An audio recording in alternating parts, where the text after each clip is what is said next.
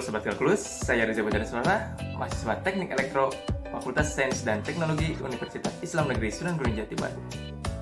Oke, kali ini kita akan membahas mengenai suatu metode untuk menguji kekonverjenan suatu deret, yaitu metode uji deret positif tes hasil bagi atau tes rasio.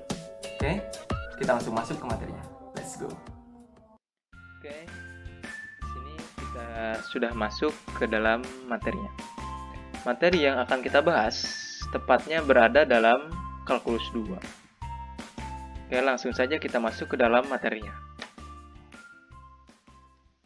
Inilah materi yang akan kita bahas, yaitu metode untuk menguji kekonverjenan suatu deret menggunakan uji deret positif, tes hasil bagi, atau tes rasio.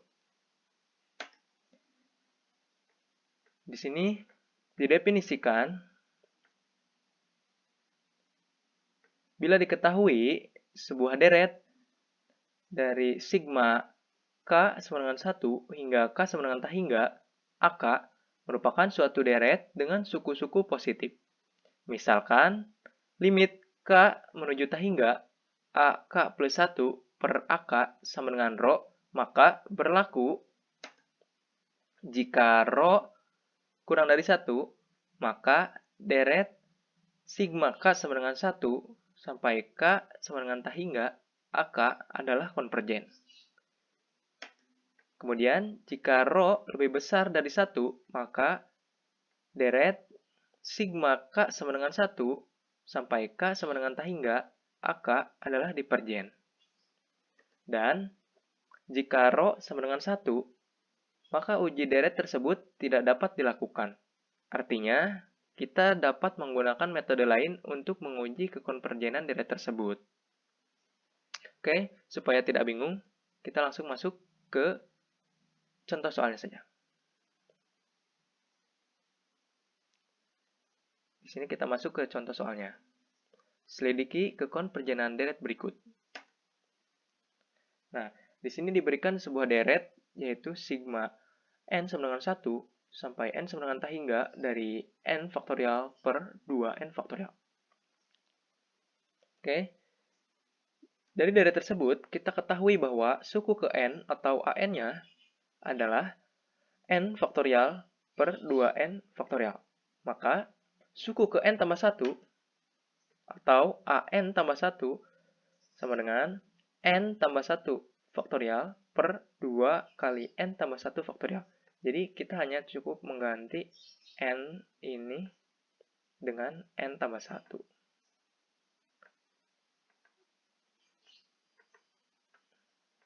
Nah, sehingga didapatkan an tambah 1-nya adalah ini.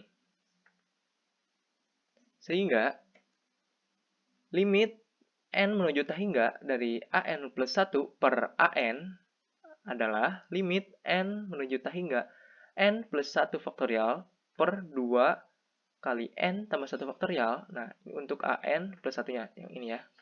Ini. Per n faktorial per 2n faktorial. Itu adalah an-nya, yang ini. Sehingga dari situ didapatkan limit n menuju tak hingga n tambah 1 faktorial dikali 2n faktorial per 2 kali n tambah 1 faktorial dikali n faktorial. Jadi, ini akan dikali yang ini. Jadi, kali silang, kali dibalik ya. Posisinya dibalik. Yang ini dikali yang ini. Nah. Sehingga dari situ didapatkan limit n sama dengan tak hingga n tambah 1 dikali n faktorial dikali 2n faktorial. Oke. Jadi, n tambah 1 dikali n faktorial itu didapatkan dari n tambah 1 faktorial. Kita ketahui bahwa n faktorial itu n faktorial adalah n dikali n min 1 dikali n min 2 dan seterusnya. Kali n min 1 dikali n min 2 seterusnya.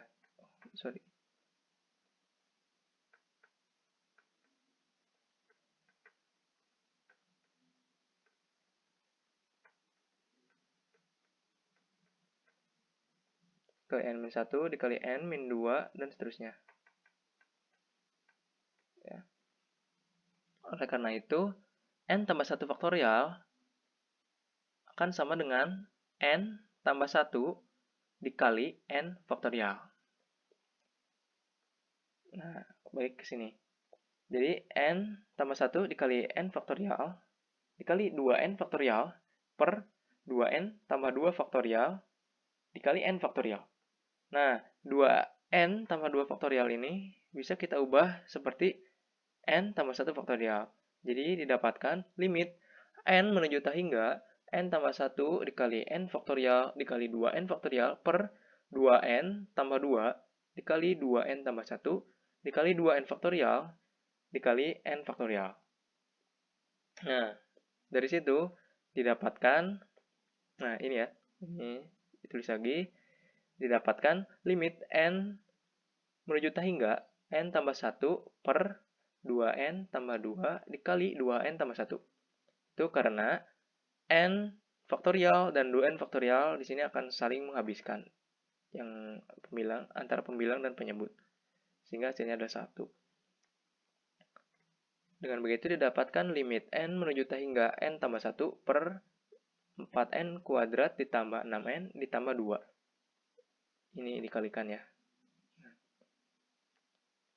Sehingga menurut aturan L'Hopital, maka didapatkan hasil 0/4. Karena pangkat tertingginya ada di bawah ini.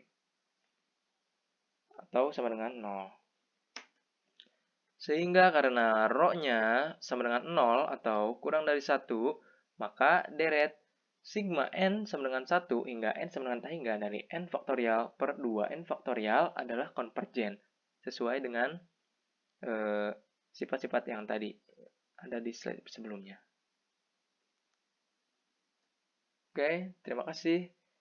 Mungkin hanya sampai di sini pembahasan kita kali ini. Semoga bermanfaat. See you next time.